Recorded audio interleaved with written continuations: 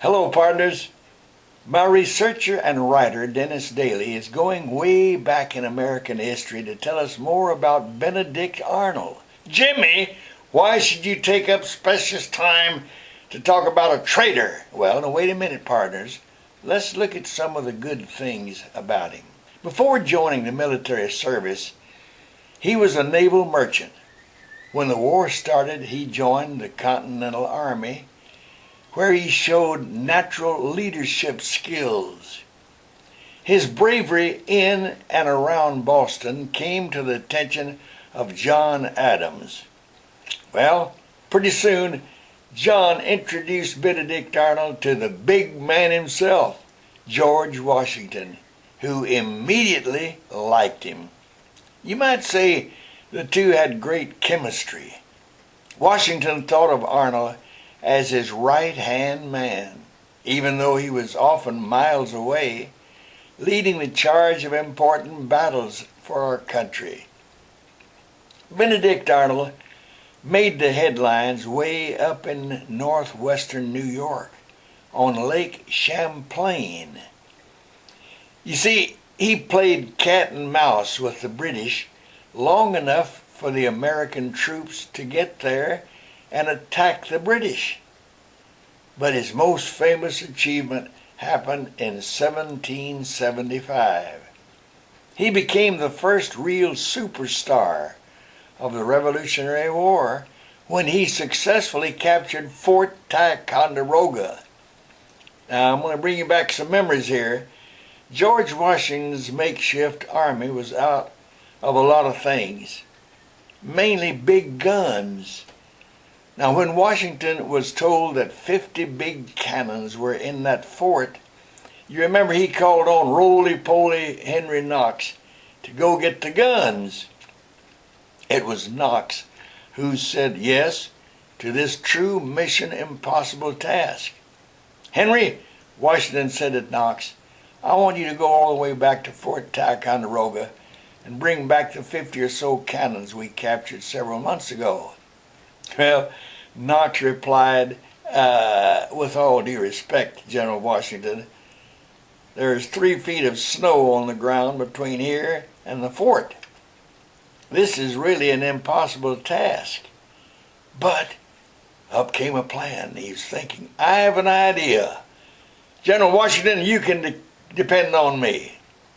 Well, several months later, Knox arrived in Boston.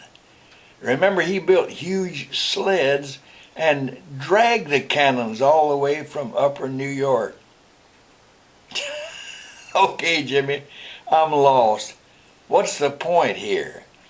Well, the point is that if Benedict Arnold hadn't captured Fort Ticonderoga earlier, the United States wouldn't have had those cannons. But you see, friends, here is a real catch. Benedict Arnold suffered from bad publicity. What? Yep, listen to this. Within weeks after Arnold led the attack on Fort Ty, several other leaders who were with him started claiming they were the real heroes of the battle. You're saying what? Yeah, just what I said. The foremost among these guys were claiming that they were the real winners in the battle was Ethan Allen. Yes, Ethan Allen and his Green Mountain Boys. They were with Arnold, and they claimed that they did all the work and should get credit for it. Ethan Allen had a better public relations department. Soon, everyone was forgetting about Benedict Arnold and praising Ethan Allen.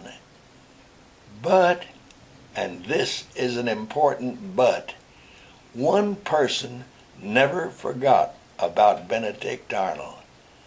That was George Washington. George Washington had an amazing ability to judge people's worth and to put them in the right place at the right time. Washington rewarded his old friend by putting him in charge of the River. It was called West Point. One day, Washington made a surprise visit to the fort. Where's my old friend? He was shocked by the answer. Historians say that when George Washington found out that his longtime trusted friend Benedict Arnold had gone over to the other side. This was one of the darkest days of Washington's life. His friend had betrayed his trust and had turned over vital information about the fort to the British. So, let's get back to modern times. Partners, when you hear the name Benedict Arnold, a lot of things come to mind. Traitor, turncoat, the man who betrayed his good friend. But historians also say that had he not betrayed America and his friend George Washington, today when we talk about the heroes of the Revolution, Benedict Arnold's name would be among the top of the list. Oh, one other thing too, when Arnold and his wife moved back to England, people wouldn't have anything to do with them. Why is that, Jimmy? Well, even though Arnold had helped the British cause, people in England still saw him for what he was, a traitor. A traitor, a man who could not be trusted. That's a shame, really a shame. Benedict Arnold lived only to be 60. He was very ill and in pain his final years. After his death, the city of London, though, did put up a marker for him. It simply says, Benedict Arnold, American Patriot. Well, partners, I guess he was a patriot for a while. Too bad he changed. Or he might be remembered today as a hero, not as a traitor. Jimmy, is there a moral to all of this? Oh, yes. Oh, it certainly is, partners. The moral is that we all need to be loyal to the cause forever. Okay, you know the drill now. Look up there and see the little box with the red X in it. Click on that, nothing more. It'll put you right back to my report page. What a story. Thanks, Dennis.